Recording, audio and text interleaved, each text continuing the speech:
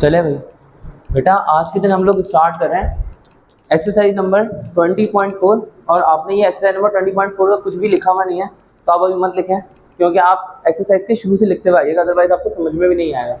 तो आपको क्या करना पड़ेगा, पहले एक्सरसाइज नंबर 20.4 का क्वेश्चन नंबर 1 और क्वेश्चन नंबर 2, ये दो क्वेश्चन हैं, आपको पहले ये समझने पड़ेंगे, फिर उसके बाद आपको ये पूरा लेक्चर अच्छे समझ में आएगा। मैं आपको थोड़ा थोड़ा करके समझा देता हूँ, शायद थोड़ा थोड़ा समझ में आ जाए। Exercise number 20.4 class 10 maths Karachi board, theory of quadratic equation हमारे चैप्टर का नाम है। अब इसके अंदर क्वेश्चन नंबर 3 के अंदर आते हैं। क्वेश्चन नंबर 3 के अंदर बेटा क्या करेंगे, समझना बड़ा इंपॉर्टेंट क्वेश्चन है, फर्स्ट ईयर की टेक्स्ट बुक से उठाया गया है, आधा पार्ट इसका। क्वेश्चन नंबर 3 के अंदर बोला है कि अल्फा और बीटा ये दोनों रूट्स हैं एक क्वाड्रेटिक इक्वेशन के px square plus qx plus r equal to 0। हमने क्या फाइंड आउट करना है, हमने under root alpha upon beta plus under root beta upon alpha, इसकी वैल्यू फाइंड आउट करनी है हमने, ठीक है।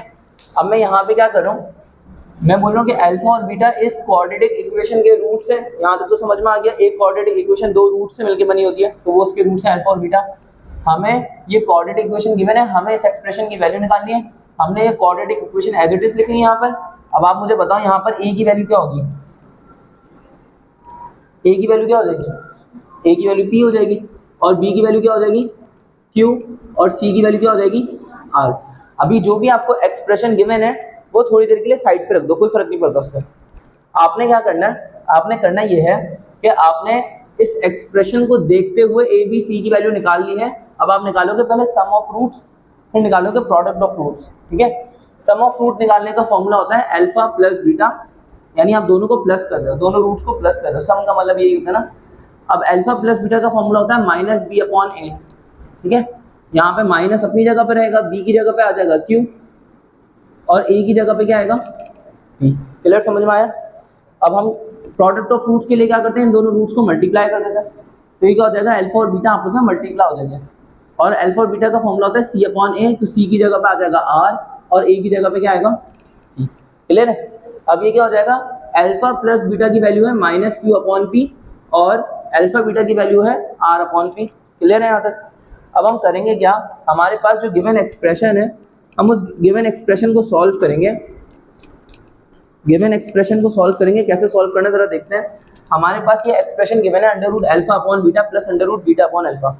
अगर मैं चाहूँ तो दोनों सेम रूट के अंदर है, मैं दोनों को अलग अलग रूट्स में ऊपर नीचे लिख सकता हूँ for the sake of simplicity.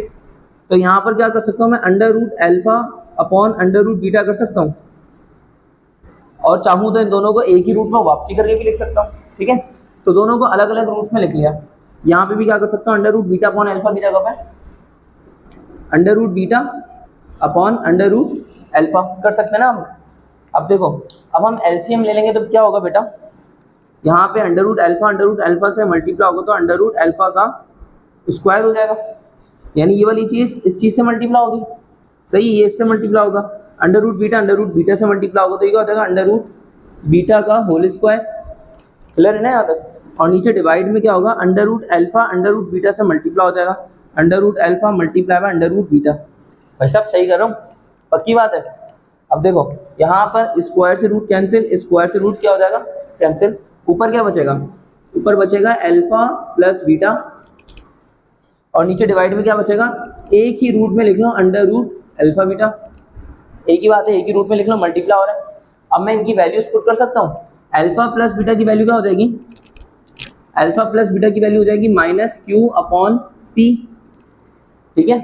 और यहाँ पे क्या हो जाएगा, अंडर रूट अल्फा बीटा की जगह पे उसकी वैल्यू पुट कर लो under root are upon P. यहाँ तक सही है, नहीं आया समझ में, ये वाले यहाँ तक समझ में आ गया था, यहाँ तक समझ में आया था। ये अल्फा प्लस बीटा बचा था, और अंडर रूट में एक ही रूट में लिख लिया था अल्फा बीटा, सही है।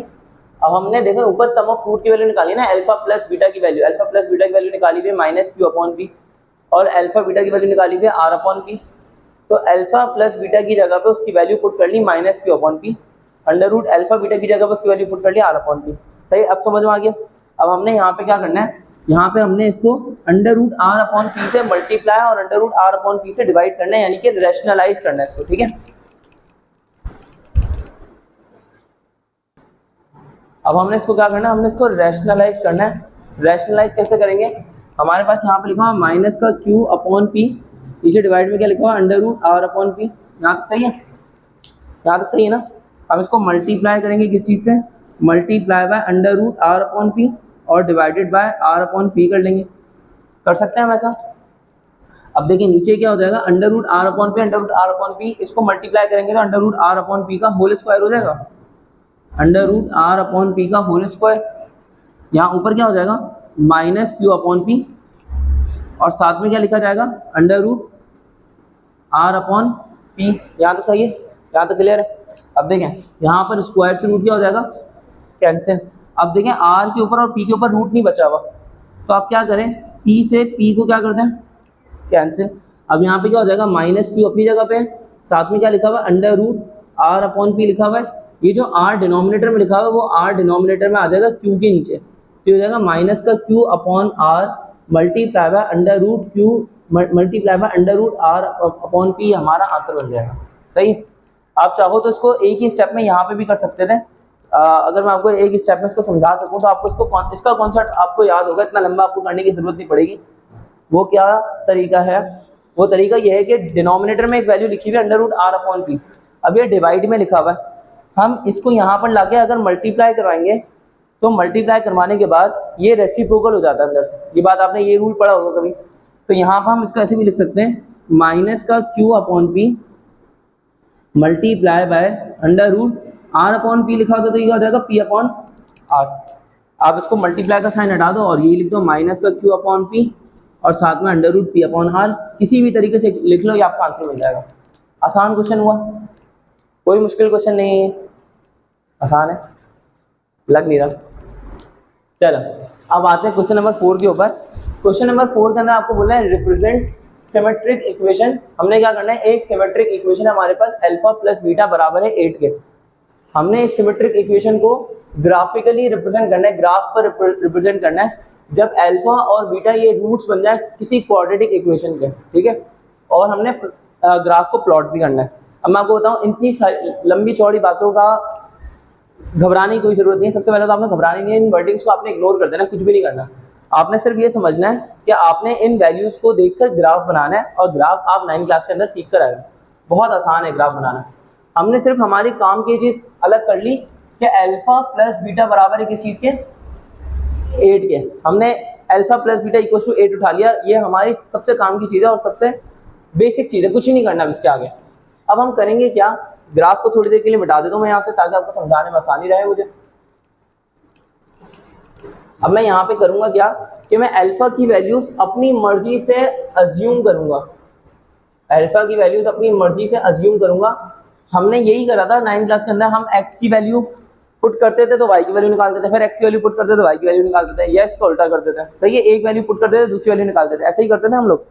अब हमारे पास सपोज कर लें कि अल्फा की वैल्यू क्या है 0, अज्यूम कर लें अल्फा की वैल्यू 0 है, तो हमने अल्फा की जगह पे 0 पुट कर दिया, तो ये क्या हो जाएगा 0 प्लस बीटा, यानी कि बीटा इक्वल टू 8, यही होता answer. Alpha equal to 0, alpha plus beta equal to 8 का आंसर। अल्फा की जगह पे 0 पुट कर दिया तो क्या हो गया 0 plus beta equal to 8, that is beta equal to 8। बस जब अल्फा की वैल्यू 0 होगी तो बीटा की वैल्यू क्या हो जाएगी 8 हो जाएगी। सही है।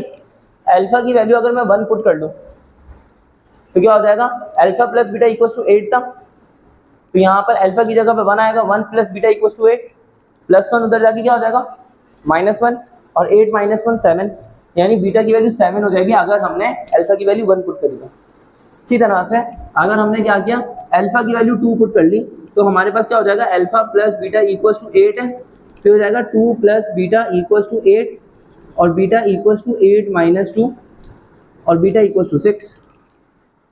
ऐसा भी कर सकते हैं। तो यहाँ पे बीटा की वैल्यू क्या आ गई 6। इस तरह अल्फा की वैल्यू जब मैं 3 पुट करूंगा इसी के अंदर तो 8 में से उधर जाके 3 माइनस होगा तो 8 - 3 5 बचेगा, तो हमारे पास बीटा की वैल्यू 5 आएगी। अब हमने 4 वैल्यूज निकाल लेनी, इनफ है 4 वैल्यूज। उसके बाद आपको ग्राफ पे प्लॉट करना है सबको, ठीक है। ग्राफ पे कैसे प्लॉट कर रहा हूँ, हमारा ये वाला एक्सिस कहलाता है एक्स एक्सिस, ये बात हम सबको पता ही है एक्स एक्सिस, और ये क्या कहलाता है -x। सही, ये क्या कहलाएगा y और ये क्या कहलाएगा -y। यहाँ तक क्लियर है हम सबको।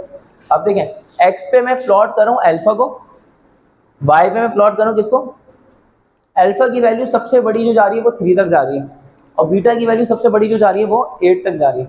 यानी कि एक्स एक्सेस पर अगर मैं ये वाला पॉइंट तो आपका 0 0 कहलाता है, ये वाला पॉइंट आपको पता है ना, ये बीच वाला पॉइंट ओरिजिन होता है एक्स और वाई एक्सिस का, जहाँ पे इंटरसेक्शन पॉइंट है, ये तो पॉइंट 0 0 कहलाता है, हम सबको पता है। अब यहाँ पे हमने क्या किया, अल्फा की वैल्यू पुट करूँ एक्स एक्सिस पर, अल्फा मैं पुट कर रहा हूँ एक्स एक्सिस पर, ये अल्फा की वैल्यूज है सारी जो मैं पुट कर रहा हूँ, ठीक है। अब अल्फा की वैल्यूज कहाँ तक जा सकती हैं, 3 तक जा रही है, हमने लिखा 0 1 2 3, चलो 4 तक ले ली, ठीक है। अब बीटा की वैल्यूज लेनी है, तो बीटा की वैल्यूज कहाँ पे जाएंगी, वाई एक्सिस पर 8 तक जाएंगी, 8 या आप इससे ऊपर लेके जाओगे तो 1 2 फिर 3 फिर 4 फिर 5 फिर 6 फिर 7 और फिर 8। अब देखो एक बात बता दूं, मैं ये ग्राफ पेपर में प्लॉट नहीं कर रहा, तो हमारी अप्रोक्सीमेट पॉइंट्स आ रहे होंगे, एक्यूरेसी नहीं आ रही होगी। जब आप ग्राफ पेपर प्लॉट करोगे तो उसके अंदर बिल्कुल एक्यूरेसी आएगी। ओ ये आउच, कैमरा इज रनिंग। चलो यार अब एक काम करूं, मैं ये तो करके फिर जनरेटर चला दूँ। अब देखो यहाँ पे हमारे पास अल्फा की अच्छा इधर से प्लॉट करता हूँ, आपको समझ में आ जाएगा। अल्फा की वैल्यू कितनी है, अल्फा की वैल्यू 3 है, ये अल्फा की वैल्यू यहाँ पर है ना 3, सही है, और अल्फा की वैल्यू 3 और बीटा की वैल्यू क्या है 5, तो 3 और 5 किस पॉइंट पे इंटरसेक्ट कर रहे हैं, इस पॉइंट पे इंटरसेक्ट कर रहे हैं, तो ये वाला पॉइंट बन जाएगा। सही बात समझ पा रहे हो, नहीं आई बात समझ में आ रही। अच्छा अल्फा की वैल्यू क्या है यहाँ पे 2, तो अल्फा की वैल्यू 2 तो ये चलते हुए आ रही है। बीटा की वैल्यू क्या है, बीटा की वैल्यू 6, इस पॉइंट पे इंटरसेक्ट करे तो हमने यहाँ पे पॉइंट ले लिया। फिर इस तरह अल्फा की वैल्यू क्या है 1 और बीटा की वैल्यू 7, इस पॉइंट पे आके इंटरसेक्ट करे तो मैंने यहाँ पे पॉइंट ले लिया, सही। फिर अल्फा की वैल्यू 0 और बीटा की वैल्यू 8, तो अल्फा की वैल्यू 0 और बीटा की वैल्यू 8 इस पॉइंट पे आ रहा है, ठीक है। अब हमने इन सारे पॉइंट्स को एक लाइन में ड्रॉ कर लिया, ये हमारा आंसर बन जाएगा, ग्राफ बन गया। आसान है, कोई मुश्किल बात नहीं है। अल्फा और प्लस बीटा के दरमियान हमने ग्राफ बनाना था, हमने ग्राफ बना लिया। Hope it is the answer of your question. चलो अब मैं जनरेटर चला देता हूँ भाई।